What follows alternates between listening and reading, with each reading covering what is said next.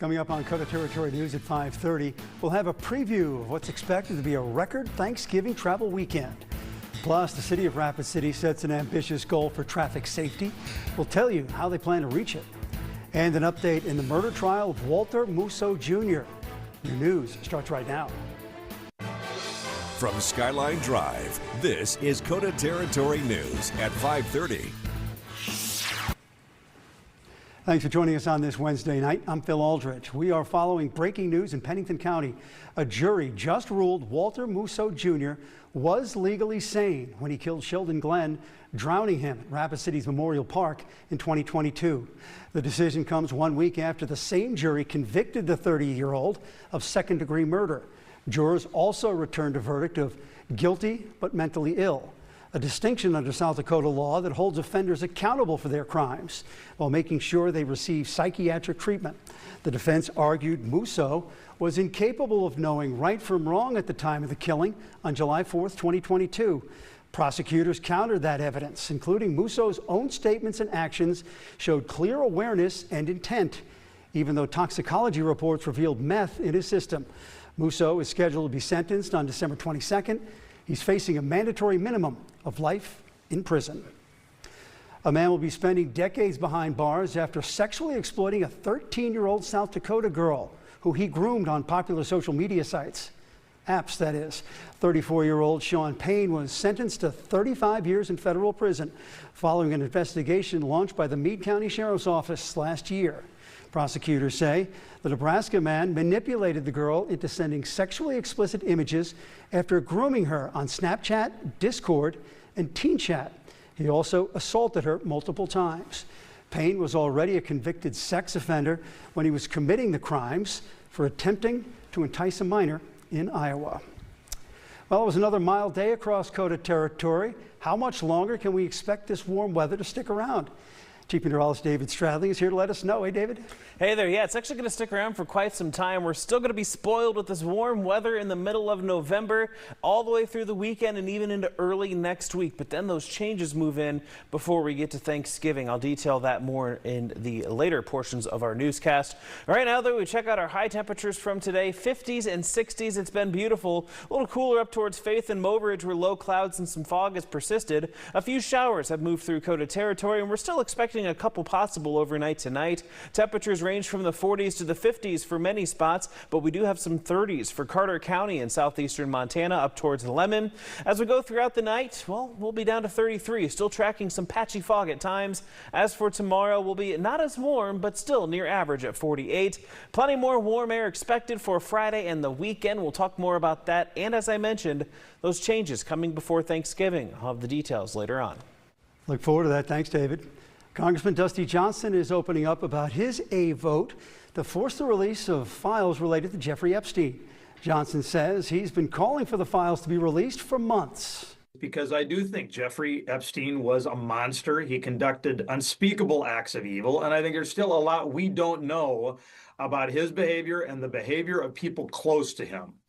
And I think, listen, it is easily possible that every single prosecutor and every single court handled these things properly. But by opening up these files, I think we're going to get a better sense of exactly what happened. And if there's still guys running around out there who conducted acts of evil, let's catch them and let's hold them accountable. The House voted 427-1 yesterday, overwhelmingly supporting the release of the files. Today, the Senate officially passed the legislation after senators unanimously agreed to pass the bill last night once it entered their chamber. With both votes, the bill now heads to President Trump's desk. State Senator Amber Hull says she's planning to bring legislation to the next session that would inhibit year-over-year increases in property taxes. The senator spoke about her plans on a soon-to-be-released episode of the Political Pulse. You shouldn't be able to increase someone's property taxes more than their wages are going to be increased or more than the rate of inflation, because that just logically doesn't make sense. People can't ask their boss for a raise. They can't go to the Social Security office and say, hey, I need more Social Security or more retirement benefits because my property taxes went up. Earlier this year, Senator Holtz attempted to pass a bill that would in part limit annual valuation increases to 3%. Now, while she says she doesn't plan to roll out the entire bill, which had other provisions, Hulse explains she would like to limit year-over-year growth in property taxes, but says she's determining the best method. Hulse says she's hoping lawmakers come together and build a legislative package on property taxes that would include her year-over-year increase cap in that package. Rapid City officials are on a mission to reduce traffic deaths to zero on local roads by the year 2050. This goal is a part of the city's comprehensive safety action plan. They want to remind the public there's only 1 week left to participate in an online open house to review and provide feedback on the initial plan. The initiative is part of the Streets, Roads for All Safety Action Plan, with the goal of improving transportation safety across the city. Feedback gathered during the open house will help the project team spot important community priorities and needs, which will then be considered in the plan's final version. The city's long-range planning manager says reducing traffic deaths in town to zero by 2050 will be very hard to do, but he feels optimistic that it can be done. Got to shoot for the stars, man. You know, we really have to set that target and try to maintain our way towards it and really work towards getting that target. We want to really reduce the number of fatal injuries as well as serious injury accidents as well. The plan looks to address specific roads in the city, including Haynes Avenue, West Main Street, 5th Street, and Sheridan Lake Road. The open house can be accessed through our website, kotatv.com. A record-breaking number of Americans are expected to travel this Thanksgiving, with projections estimating nearly 82 million people, with the majority of those hitting the open road. In South Dakota, nearly 274,000 people are expected to travel, and more than 90% will drive. This surge in driving brings with it a heightened need for preparedness. Last Thanksgiving travel period, AAA roadside service crews were busy responding to approximately 700 calls for assistance in the Mount Rushmore state, with the majority of these incidents related to common issues, including battery failures and tire problems. If you are taking a road trip, try to get your vehicle in and get it serviced and checked out. Pay special attention to those batteries and tires. Make sure that your tires are properly aired up and have good tread. And if your battery is older, especially 3 to 5 years, which is the typical lifespan of a car battery, you may look to get that replaced if needed. According to AAA, the average cost of a gallon of regular unleaded gasoline in South Dakota is 1 cent less than last year. Giggles filled the Whitewood Public Library today. KOTA Territory's Kennedy Lira was there to witness the fun the kids were having as it happened. Lawrence County doesn't always have a lot of activities going on for the children. That's why Whitewood Public Library came up with an exciting storytime event. This occasion is a way to get creative about educating kids on how much you can learn with reading and getting out of their comfort zone with a show-and-tell presentation.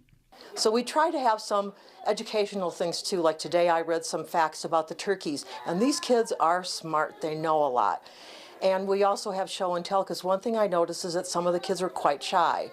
But now they all get up for show and tell, they talk, and they do such a good job, and they're so funny. This storytime activity wasn't always a thing at the Whitewood Library, but after listening to the local parents stating they want more activities for the children in the community, that is where Terhune decided to start the Turkey Fun Storytime event. It started out pretty simple. I'd go over to the shelf that morning and pick out a book, and I'd read it to the kids, and we'd sing a little welcome song with the drum, and then sometimes they'd color a picture. Well, it's evolved into an hour-long production now. These types of experiences bring joy to the community, and that is one of the many reasons why Terhune loves doing this event. You watch the kids smile. You see their faces, like today when they're making their cookie, their turkey cookies, when they're doing their craft. It's wonderful.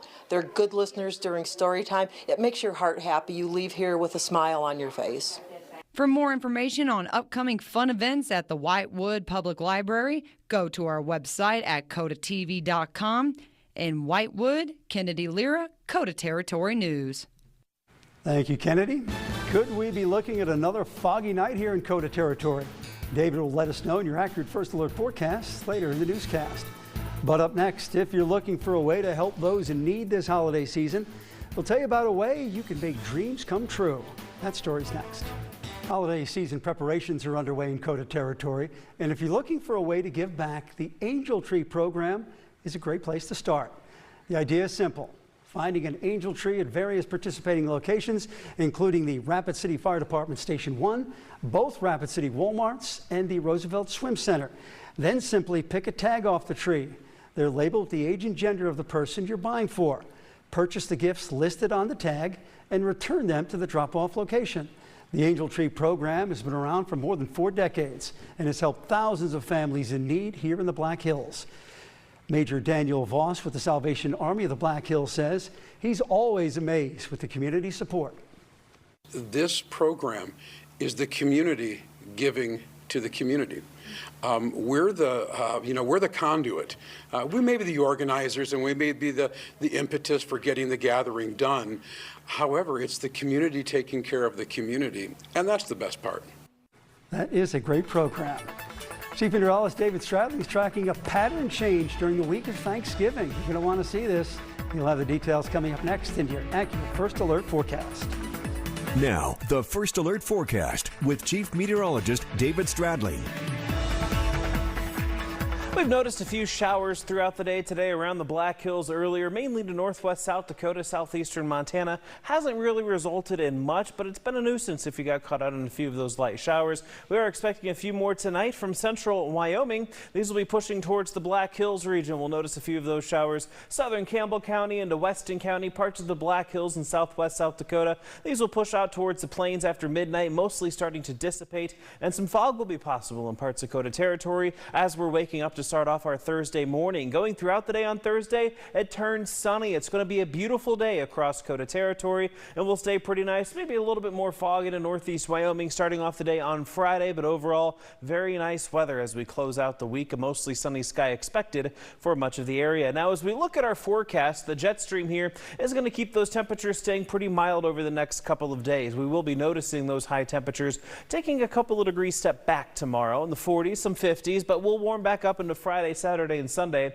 As you'll notice, this ridge continues for many locations, bringing in those warmer temperatures for your weekend. Even into Monday, we're going to keep those warmer air around KOTA territory, and then the cooler air starts to make its way back in starting on Tuesday. You will notice a trough digging in from the north that'll cool things off going into Wednesday, and pretty much through Thanksgiving and that following weekend. We'll keep those temperatures actually below normal as the pattern flips on us after being spoiled through the middle of this month. We'll keep those cooler temperatures around into that weekend too, but for temperatures, we're looking to stay below average. This is Tuesday the 25th through the Saturday, the start of your Thanksgiving weekend, November 29th. Below normal temperatures do look likely.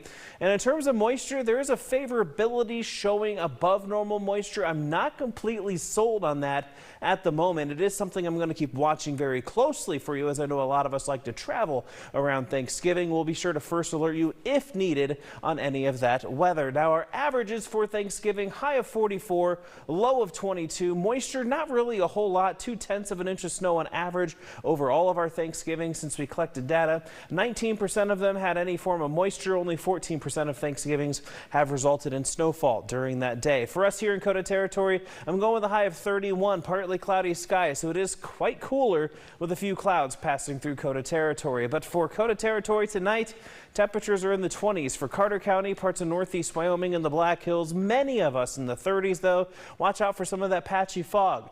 Once that goes away, we'll have sunshine throughout the day tomorrow. Highs near average for many in the 40s and 50s. Going to be a nice Thursday, but even warmer for Friday and Saturday, as temperatures are looking pretty nice going into the weekend. Partly cloudy to mostly sunny skies over the next few days. A little bit more of that cloud cover farther south as a storm system will be set to impact Colorado, Kansas, and Nebraska. Just a few clouds from it here in KOTA territory to the south, but not really much in terms of moisture. Temperatures on the South Dakota plains in the 40s and 50s, and our 7-day forecast, we'll also be looking at some very warm temperatures as well through Monday. Then we cool off going into next week. Enjoy that weather while it's here. Yes, enjoy it indeed. All right, thank you, David. Straight ahead in sports, the Bennett County and St. Thomas More volleyball teams, they're gearing up for this week's state tournament. And our athlete of the week helped the Spearfish volleyball team earn a spot in this year's SODAC 16. Nick Quick has all the details next in KOTA Sports. And now, KOTA Territory Sports, sponsored by your local Ford stores. Good evening, everybody. The Rush picked up a big road win on Saturday, knocking off the Indy Fuel 2-1. And Connor Murphy stopped 23 of 24 shots en route to earning the victory. Rapid City is now 5-6-2 on the season. The Rush returns to home ice this weekend and hosts Kansas City for a pair of games on Friday and Saturday. The Spearfish volleyball team turned in another successful season. The Spartans racked up a 20-13 record en route to earning a spot at the Sodak 16. Senior outside and middle hitter Adeline Bowman delivered a big season for Spearfish. Bowman racked up some impressive kill totals and also proved to be a valuable leader for the Spartans. Bowman is hoping to get a chance to play volleyball in college. She's also a standout on the basketball court. And for her efforts, Adeline is our Gustafson Builders Athlete of the Week. I'm like a fairly athletic person, but just maintaining a positive attitude, always cheering for your teammates. I feel like cheering for your teammates almost brings you some confidence also, so just being a confident player. Oh yeah, it's a very fun group of girls. A lot of us are friends off the court also, which is very nice. It's always good to play with people who you enjoy and who you want to be around, and it makes the season really fun. The Benton County volleyball team has racked up an impressive 36-5 record this season. The Warriors knocked off Lemon 3-0 in the Sodak 16 to secure a spot at the state tournament. Benton County is the 5th seed in Class B and will take on 4-seeded Parkston tomorrow at around 12:45 inside the Monuments Summit Arena. Now, the state volleyball tournament does indeed crank up tomorrow over at the Monument. St. Thomas More has racked up a 29-9 record and knocked off Miller 3-1 in the Sodak 16 to earn its spot at state. The Cavaliers are the 6th seed in Class A. It'll take on Sioux Falls Christian in the opening round. The Chargers head into state with a strong 25-10 record. STM will take the court against the Chargers tomorrow at around 6:45. All 3 classes of state volleyball are being played at the Monument Summit Arena, with matches beginning tomorrow at 11 a.m. The Black Hills State women's basketball team hit the court for a game at Minnesota Crookston this afternoon.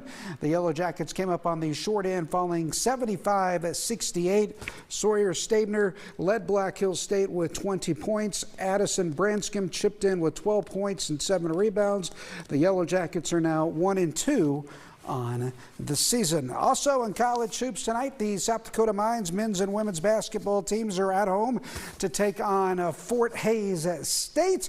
And I'll have highlights of those games for you tonight at 9 and 10. The women tip off at 5 o'clock with the men at 7. We also have a special birthday today. My mother-in-law, Carolyn, it's her birthday today. Happy birthday, Carolyn. Hope it's a great evening for you. My wife is over there entertaining her tonight. They're having dinner, so happy birthday to Carolyn. Going to be fun at state volleyball. All 3 classes. If you're a high school volleyball fan, the Summit Arena, the place to be, starting tomorrow. All 3 classes in action, A, AA, and B. In Class A, we got STM and Rapid City Christian. In Class B, Bennett County and Harding County representing our area. And tune in tomorrow at 5:30, 9, and 10 for all your state volleyball scores and highlights. That's going to do it for sports. We'll be right back. David is here with a final check of the forecast. Yeah, some of us might be waking up to some fog in the morning hours. Not everyone, but the fog will be there on the South Dakota Plains. Parts of Wyoming will be in the 30s for much of KOTA territory. Some parts like Campbell County and through Sheridan County and Carter County, Montana, will likely drop into the 20s, even a few areas in the Black Hills. But the 7-day forecast looking actually pretty nice for the first, maybe 2/3 of it. 48 tomorrow, still a couple of degrees above average, but those upper 50 to near 60-degree high temperatures are back Friday, Saturday, Sunday, and Monday. But a front moves in Tuesday, mostly dry, just breezy and cooler. 40 for a high then, but Wednesday 34, and as I showed you in my full forecast, 31 is the forecast right now for Thanksgiving. Get those Christmas lights up over the weekend. Not a bad time. All right, thanks, David. We're out of time at 5:30. We'll see you back here at 10. Thanks for watching KOTA Territory News, your local news and weather authority.